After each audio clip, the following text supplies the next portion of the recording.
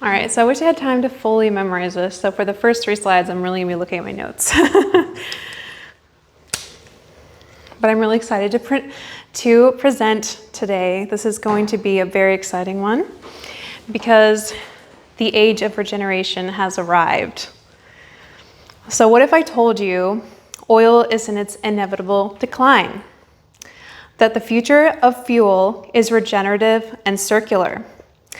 With waste-to-energy systems that can now convert trash into high-octane clean fuel, with green hydrogen from multiple sources scaling up, and with 100% safe, small, modular nuclear reactors aiming for mass deployment within 5 years, with high-octane regenerative biofuels from hardy soil-healing species, and with all of this powered by simpler and less rare equipment than traditional fossil fuel, the writing is on the wall. And it says, the era of destruction is ending and the age of regeneration has arrived.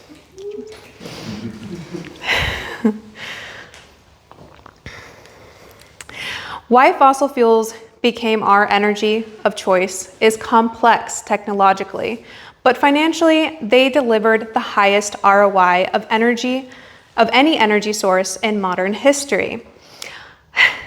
Oil, as we know it, made trillions of dollars, driven in part by mechanized warfare during World Wars I and II, and later reinforced by the implementation of the petrodollar system. But now the world faces a triple challenge: climate instability from carbon imbalance, degraded soils and land from extractive agriculture. No scalable, financial viable plan currently exists to regenerate the vast amount of degraded land or to preserve and protect the ecosystems that sustain us. Too much land is simply sitting in limbo and with no clear economic pathway forward. And on top of that, roughly 4.2 million people die prematurely each year from air pollution, much of it caused by fossil fuel combustion in vehicles and industry. So I'm here to tell you, regenerative biofuel production alongside these new energy solutions can solve all 3 problems and do it in a way that is profitable, circular, and ready for deployment. Can we move to the next one? The future of oil is grown, not pumped. Traditional oil extraction takes from the earth, but we now have the ability to grow carbon-rich oils through regenerative agriculture. Imagine turning the carbon problem into a carbon solution, growing high-yield, high-cetane plant oils that not only fuel our future, but restore our oils and balance and the carbon cycle. These bio-oils aren't just sustainable, they are profitable, scalable, and deployable in rural regions worldwide. And the best part, they don't compete with food crops and don't require deforestation like palm or soy. The next generation of biodiesel is not subtractive, it's additive to economies, ecosystems, and the global energy transition. Most investors are familiar with biodiesel as a concept, but less understood is that not all biodiesel is created equal. This chart compares leading plant-based oils across 3 critical dimensions. Can you see it all? Yeah, cetane rating, blend compatibility, and environmental impact. Let's start with what we are intentionally moving away from, palm oil. Despite its high yield, it is one of the most destructive agricultural commodities on Earth. It is a primary driver of tropical deforestation, particularly in Southeast Asia, directly contributing to the destruction of orangutan habitat and mass biodiversity loss, large-scale peatland drainage, which releases vast amounts of carbon, documented human rights abuses, including land seizures and exploitative labor as well. From a systems perspective, palm oil often results in net positive carbon emissions, meaning it can actually be worse than the fossil diesel when land use change is accounted for, which is crazy. So soy oil presents a different but equally serious set of problems. It competes directly with the food supply that and relies on vast monoculture farmland, synthetic fertilizers, heavy pesticide and herbicide use, intense irrigation, which depletes soil and water tables. And while soy benefits from existing infrastructure, it delivers low oil yield per acre, increases chemical runoff, and accelerates long-term soil degradation. So in other words, it scales, but not sustainably. Now, a quick clarification on what you're seeing on this chart. Cetane rating is the diesel equivalent of octane for gasoline. It measures how quickly and cleanly a fuel ignites in a diesel engine. Higher cetane equals smoother combustion, less engine knock, and lower emissions.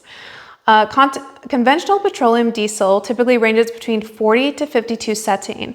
Certain plants like our mystery plant above and Pongamia and Jatropha have high cetane values, often 50 to 65, which rivals or exceeds petroleum diesel. Let that sink in. So blend ratings B5, B20, B50, B100 indicate how much biodiesel is mixed in with the petroleum diesel. B20, for instance, means a blend of 20% and is widely used today, meaning it's already blended at up to 20% in most diesel pumps, like you might see sometimes at the pump. Engines can even run up on, these diesel engines can even run up on or up to 100% biodiesel. So our goal is to produce high cetane carbon sequestering oils at blending targets of around just 30% across millions of engines to make them carbon neutral to start out with.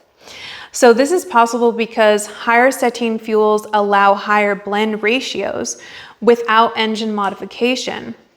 So this is where real opportunity emerges. Instead of food-based or deforestation-linked fuels, we focus on non-food, regeneratively and strategically grown oil crops that grow on degraded or underutilized land, use regenerative agroforestry and companion planting methods that improve soil and health over time, increase local biodiversity, and are strategically located and contained to deliver maximum ecosystem restoration. These approaches also hold the potential to fund and incentivize the protection of surrounding land that should remain undeveloped, all while delivering higher cetane performance than fossil fuels, and helping to neutralize their environmental impact during this inevitable transition.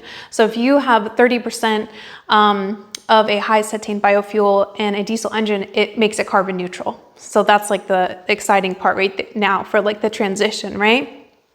And so you'll see at the top of this chart, there's one with a question mark, that's intentional.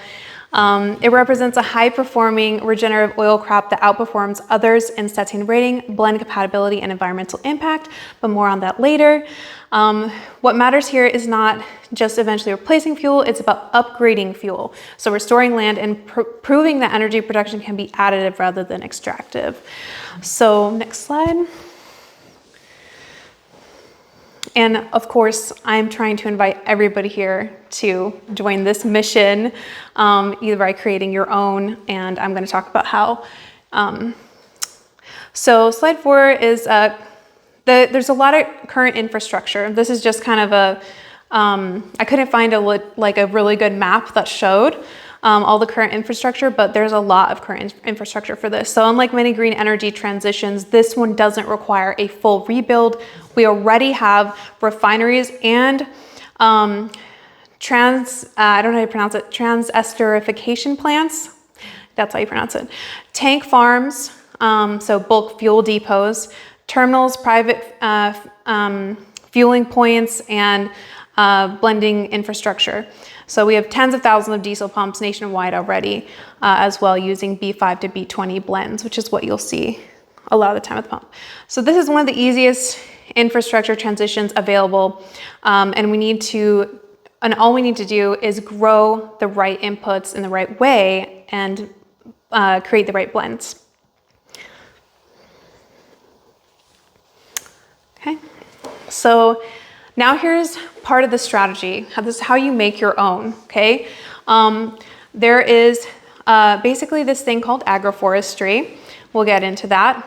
But this is when agroforestry meets intercropping meets energy production.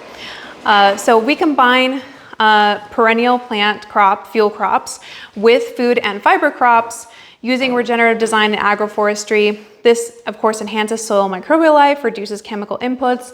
You should theoretically be able to do this completely without any chemical inputs or pesticides or fertilizers if you do your companion planting designing correctly. And it also protects groundwater and captures carbon, of course, and it enables multiple revenue streams. So biofuel, food, fiber, carbon credits. I mean, basically your imagination is the limit when it comes to designing your own biofuel, regenerative biofuel farm. So many of the most promising biofuel crops are perennial, and a good number of them are actually trees and woody plants or shrubs. So making them ideal for agroforestry-like systems. This includes species like Pongamia, black locust, poplar, and willow, which not only provide sustainable oil or biomass for fuel, but also offer long-term soil stabilization, shade, and improved water retention. If you aren't familiar with agroforestry, it's a phenomenal way to grow food and fuel. Forest canopy helps protect the soil from UV radiation while creating cooler microclimates underneath, and intercropping means planting multiple species together, usually to increase biodiversity, enrich soil nutrients, or reduce pests, so while generating more sellable byproducts. So ideally, you should have so many byproducts from this system because it's not just farming, it's ecosystem engineering and for resilience and for multiple revenue streams for profit. And then next. So let's talk about production potential per acre. Now, I want to say that these numbers could be very incorrect, especially depending on how well you design your regenerative biofuel system. Because the higher density you do, and then with semi-mechanization, you can really have high density biofuel systems and agroforestry systems, because you can get ideally robots in there as well. So that really could increase the density and the efficiency of your system. And of course you want some people in there to give the plants some love too. But with the way that we could structure it can be quite much more. But anyway, so let's talk about production potential per acre and why regenerative biofuels are not only viable but scalable. When we combine agroforestry and intercropping with biofuel production, we unlock far more than just fuel. For instance, switchgrass, a resilient perennial, can yield 5 to 10 dry tons per acre annually, is suited for cellulosic ethanol. And then Jatropha, a hardy shrub tree producing 200 to 500 gallons of biodiesel per acre in suitable climates. Sunflowers and legumes can yield 100 to 150 gallons per acre while enhancing soil nitrogen and repelling pests. Pongamia, willow, and camellia trees are ideal for bio-oil production and soil restoration, 50 to 150 gallons per acre, scalable on marginal land. So that's what's powerful, is that many of these crops are trees or perennials, meaning they don't need to be replanted every single year. This reduces labor, protects soil, and builds long-term fertility, key features of regenerative agriculture. And paired with these regenerative farms, you can have waste to fuel systems that convert agricultural and municipal waste into usable energy, hydrogen-powered vehicles, and electrical vehicles integrated across logistics and the agriculture. But you can also power a lot of your farm equipment with this, which is what's really great, right? If you have, a lot of even traditional tractors and stuff are powered by diesel, right? So you could actually just use that as part of your input for your energy there, for your systems, so that it's less of a cost. The system doesn't require monoculture or destruction. It works with ecosystems producing far more from far less, while simultaneously healing the land. So what we now need is, people who are interested in creating these systems, coordination, are open to coordinating, creating teams, who are interested in designing their own system, or, who might be interested in getting help designing their system. But also we are, we have intellectual property around the tree that we did not mention. So, we already have financial models and stuff around that, which is really exciting. And, that's like half the work, is like really thinking about all the numbers, all the math, how much carbon you're going to capture, what are you going to intercrop with. It can get really nitty gritty, but don't let that deter you if you want to create your own, because the reality is, with a lot of these plants as well, you can grow them in places that are, very poor soil. And some of the plants that seem like you can't, like, oh, it says tropical or subtropical, that's not actually necessarily true, especially if you know good regenerative farming methods, right? You know how to restore soil health. You're using agroforestry already. It's like you're creating a system, right? I don't know if you guys know Jeff Lawton, the guy who like greened the desert. He can take any soil and turn that into something that's actually usable, like even if it's like very like salt laden and everything like that. You can turn any piece of land into a productive piece of land. A lot of it just comes down to the knowledge and the will. I forgot what I was going to mention, something really important here. There's just a lot that you can do with this system, and it's really exciting. And I really want to inspire others to realize that like this model can be generated all over the world, and that if you want to make money by regenerating land, that this is one way to do it, and that also you can do it in a way that's totally environmentally beneficial, like in a positive sense. So say you have a piece of land and you want to improve that land, or you recognize it as a plot of land that needs improvement because the biodiversity is low, the soil is low, there's no specific species that you're going to be harming, or like the soil quality is low, and there's no like rare plants or species, then that's the perfect plot of land to do biofuel and any type of production with any of these byproducts as well, for the cross planting and everything. So anyway, that was a little long-winded potentially, but I think it will explain a lot. And if you guys have any questions, let me know. Yeah.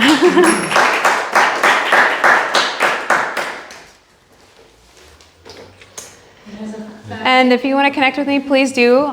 So me and my business partner, who have the financial models around the plant that we didn't mention in this, we are looking for, team members and collaborators, maybe pilot projects, things like that. So, question around scaling. So what's the sort of the vision for the smallest scale to or just what's the vision for scaling from small to big? Yeah, it depends on the plant, because you want the math to work, obviously. So it really kind of depends. That kind of question is like, it's something you have to sit down with the math, really, and the plant and the location.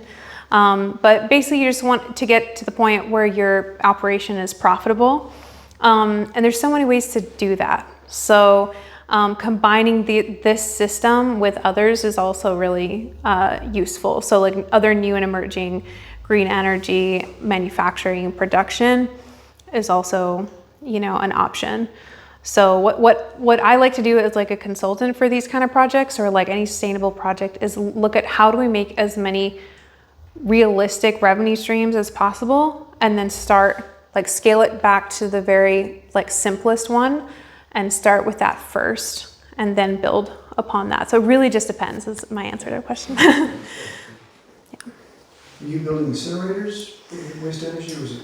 I was doing more like renewable natural gas, agricultural waste to renewable natural gas, and then if you have a renewable natural gas drop-in replacement for regular natural gas, go to the pipeline, or it could be hydro-treated for other fuels as well.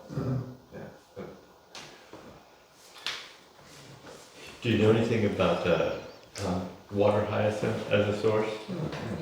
Yeah. I actually know someone who is trying to develop a water hyacinth biodiesel plant in Louisiana and has gotten access to, which is a completely invasive plant in the wetlands and like it's all Aquatic weed. what's that? Yeah, aquatic weed. Yeah, it basically is. But Yeah, it's- it actually has all of these properties, produces literally like, high quality food and as well as the very efficiently producing the biodiesel. So that is like Water hyacinth. water hyacinth, yes. That's interesting. Yeah, thank you for telling me that. Because, the other thing, of course, is algae. Algae is like really high production if you can do it right.